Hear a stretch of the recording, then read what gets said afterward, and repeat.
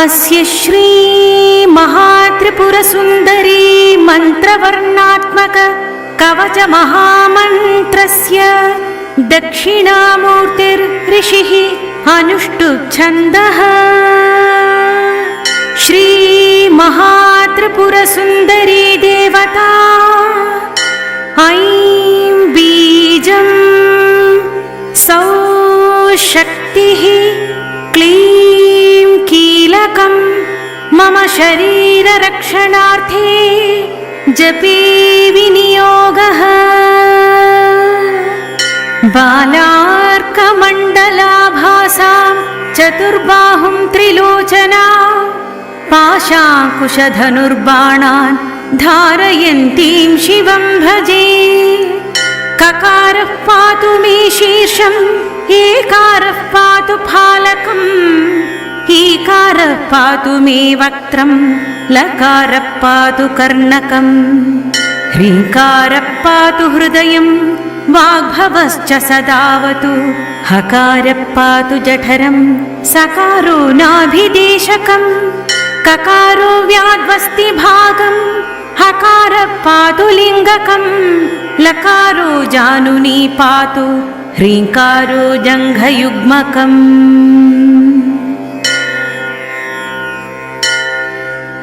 कामराजः सदा पातु जठरादिप्रदेशकम् सकारः पातु मे जङ्घे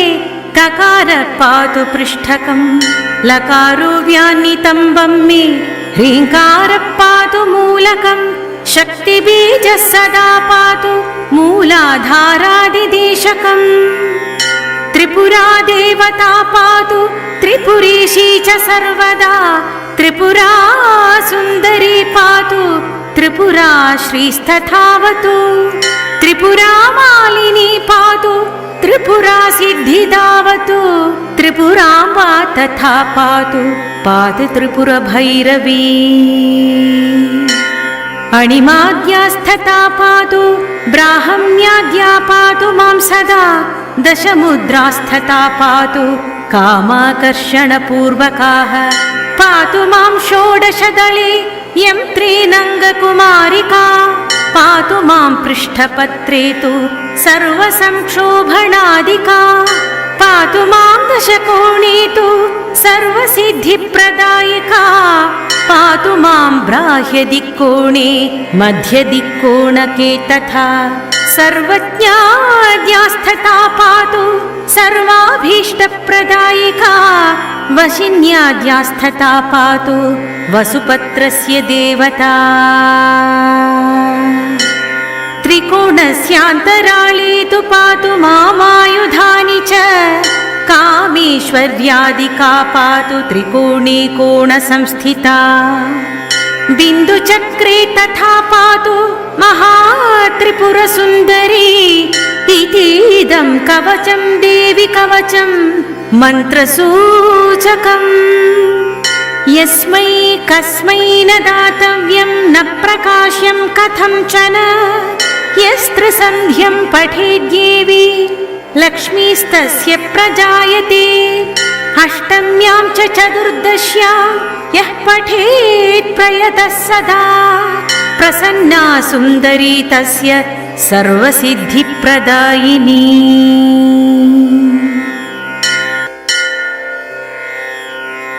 अस्य श्री महात्रिपुरसुन्दरी मन्त्रवर्णात्मक कवच महामन्त्रस्य दक्षिणामूर्तिर्ऋषिः अनुष्टुप्-छन्दः। श्री महात्रिपुरसुन्दरी देवता ऐं बीजं सौः शक्तिः क्लीं कीलकं मम शरीररक्षणार्थे जपे विनियोगः। बालार्कमण्डलाभासां चतुर्बाहुं त्रिलोचना पाशाङ्कुशधनुर्बाणान् धारयन्तीं शिवं भजे। ककारः पातु मे शीर्षम् एकारः पातु फालकम् ईकारः ईकारः पातु मे वक्त्रम् लकारः पातु कर्णकम् ह्रीकारः पातु हृदयम् वाग्भवश्च सदावतु हकारः पातु जठरम् सकारो नाभिदेशकम् ककारो व्याद्वस्ति भागम् हकारः पातु लिङ्गकम् लकारो जानुनी पातु ह्रीङ्कारो जङ्घयुग्मकम्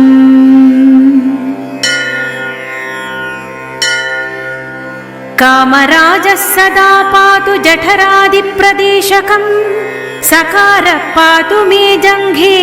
ककारः पातु पृष्ठकम्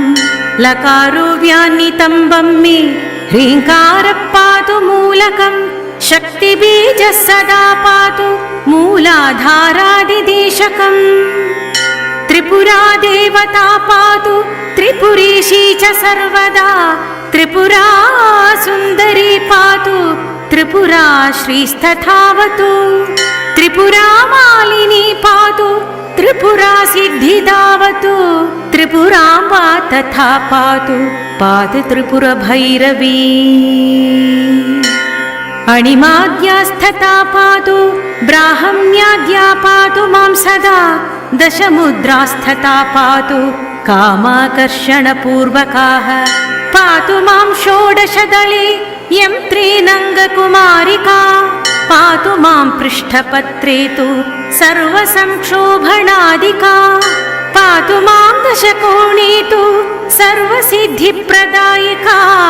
पातु मां बाह्यदिक्कोणे मध्यदिक्कोणके तथा सर्वज्ञाद्यास्तथा पातु सर्वाभीष्टप्रदायिका वशिन्याद्यास्तथा पातु वसुपत्रस्य देवता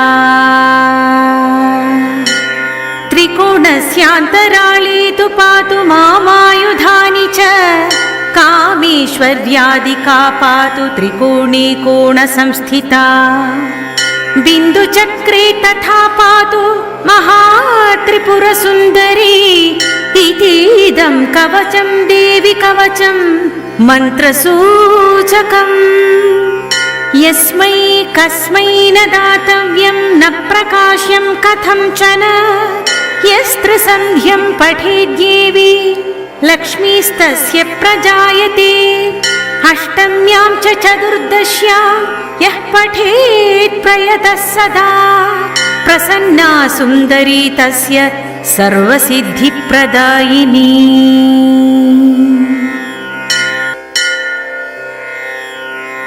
अस्य श्री महात्रिपुरसुन्दरी मन्त्रवर्णात्मक कवच महामन्त्रस्य दक्षिणामूर्तिर्ऋषिः अनुष्टुप्-छन्दः श्री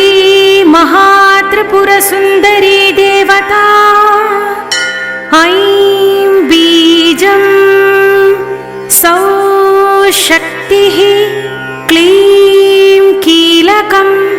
मम शरीररक्षणार्थे जपे विनियोगः बालार्कमण्डलाभासां चतुर्बाहुं त्रिलोचना पाशाङ्कुशधनुर्बाणान् धारयन्तीं शिवं भजे ककारः पातु मे शीर्षम् एकारः पातु फालकम् ईकारः पातु मे वक्त्रम् लकारः पातु कर्णकम् ह्रीकारः पातु हृदयम् वाग्भवश्च सदावतु हकारः पातु जठरम् सकारो नाभिदेशकम् ककारो व्याद्वस्ति भागम् हकारः पातु लिङ्गकम् लकारो जानुनी पातु ह्रीङ्कारो जङ्घयुग्मकम्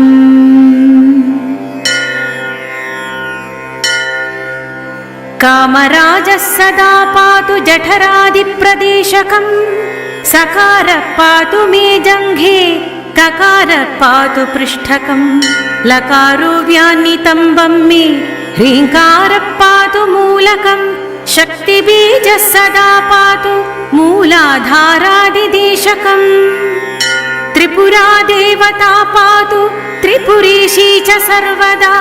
त्रिपुरा सुन्दरी त्रिपुरा श्रीस्तथावतु त्रिपुरा मालिनी पातु त्रिपुरा सिद्धिदावतु त्रिपुराम्बा तथा पातु पातु त्रिपुरभैरवी अणिमाद्यास्तथा पातु ब्राह्म्याद्या पातु मां सदा दशमुद्रास्तथा पातु कामाकर्षणपूर्वकाः पातु मां षोडशदले यं त्रिनङ्गकुमारिका पातु मां पृष्ठपत्रे तु सर्वसंक्षोभणादिका पातु मां दशकोणे तु सर्वसिद्धिप्रदायिका पातु मां ब्राह्यदिक्कोणे मध्यदिक्कोणके तथा सर्वज्ञाद्यास्तथा पातु सर्वाभीष्टप्रदायिका वशिन्याद्यास्तथा पातु वसुपत्रस्य देवता त्रिकोणस्यान्तराळे तु पातु मामायुधानि च कामेश्वर्यादिका पातु त्रिकोणे कोणसंस्थिता बिन्दुचक्रे तथा पातु महात्रिपुरसुन्दरी इतीदं कवचं देवि कवचं मन्त्रसूचकम् यस्मै कस्मै न दातव्यं न प्रकाश्यं कथं च न यस्त्रिसन्ध्यं पठेद्देवी लक्ष्मीस्तस्य प्रजायते अष्टम्यां च चतुर्दश्यां यः पठेत् प्रयतः सदा प्रसन्ना सुन्दरी तस्य सर्वसिद्धिप्रदायिनी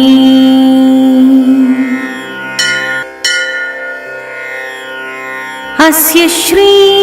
महात्रिपुरसुन्दरी मन्त्रवर्णात्मक कवच महामन्त्रस्य दक्षिणामूर्तिर्ऋषिः अनुष्टुप्-छन्दः श्री महात्रिपुरसुन्दरी देवता ऐं बीजं सौः शक्तिः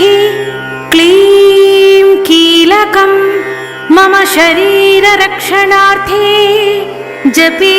विनियोगः बालार्कमण्डलाभासां चतुर्बाहुं त्रिलोचना पाशाङ्कुशधनुर्बाणान् धारयन्तीं शिवं भजे ककारः पातु मे शीर्षम् एकारः पातु फालकम् ईकारः पातु मे वक्त्रं लकारः पातु कर्णकम् ह्रीकारः पातु हृदयं वाग्भवश्च सदावतु हकारः पातु जठरं सकारो नाभिदेशकम् ककारो व्याद्वस्तिभागं हकारः पातु लिङ्गकं लकारो जानुनी पातु ह्रीङ्कारो जङ्घयुग्मकम्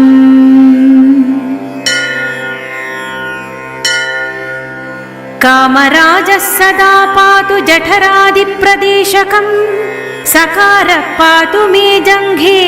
ककारः पातु पृष्ठकं लकारो व्यान्नितम्बं मे ह्रीङ्कारः पातु मूलकं शक्तिबीजः सदा पातु मूलाधारादिदेशकम् त्रिपुरा देवता पातु त्रिपुरेशी च सर्वदा त्रिपुरा सुन्दरी पातु त्रिपुरा श्रीस्तथावतु त्रिपुरा मालिनी पातु त्रिपुरा सिद्धिदावतु त्रिपुराम्बा तथा पातु पातु त्रिपुरभैरवी अणिमाद्यास्तथा पातु ब्राह्म्याद्या पातु मां सदा दशमुद्रास्तथा पातु कामाकर्षणपूर्वकाः पातु मां षोडशदले यं त्रिनङ्गकुमारिका पातु मां पृष्ठपत्रे तु सर्वसंक्षोभणादिका पातु मां दशकोणे तु सर्वसिद्धिप्रदायिका पातु मां ब्राह्यदिक्कोणे मध्यदिक्कोणके तथा सर्वज्ञाद्यास्तथा पातु सर्वाभीष्टप्रदायिका वशिन्याद्यास्तथा पातु वसुपत्रस्य देवता त्रिकोणस्यान्तराळे तु पातु मामायुधानि च कामेश्वर्यादिका पातु त्रिकोणे कोणसंस्थिता बिन्दुचक्रे तथा पातु महात्रिपुरसुन्दरी इतीदं कवचं देवि कवचं मन्त्रसूचकम् यस्मै कस्मै न दातव्यं न प्रकाश्यं कथं च न यस्त्रसन्ध्यं पठेद्देवी लक्ष्मीस्तस्य प्रजायते अष्टम्यां च चतुर्दश्यां यः पठेत् प्रयतः सदा प्रसन्ना सुन्दरी तस्य सर्वसिद्धिप्रदायिनी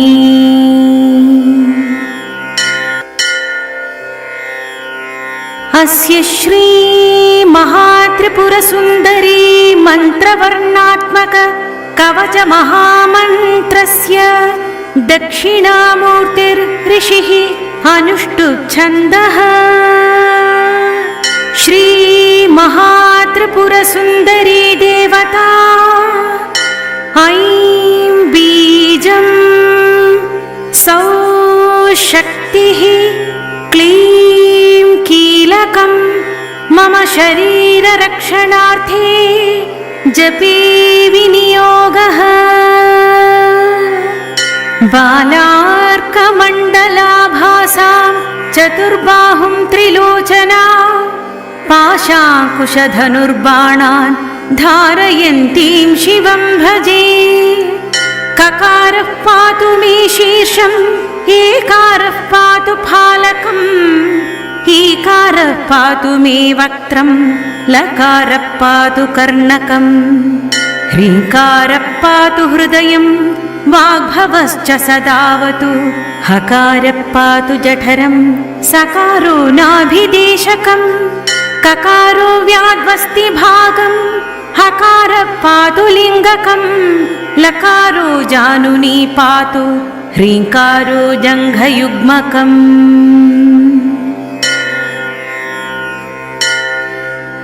कामराजः सदा पातु जठरादिप्रदेशकम् सकारः पातु मे जङ्घे ककारः पातु पृष्ठकम् लकारो व्यान्नितम्बं मे ह्रीङ्कारः पातु मूलकम् शक्तिबीजः सदा पातु मूलाधारादिदेशकम्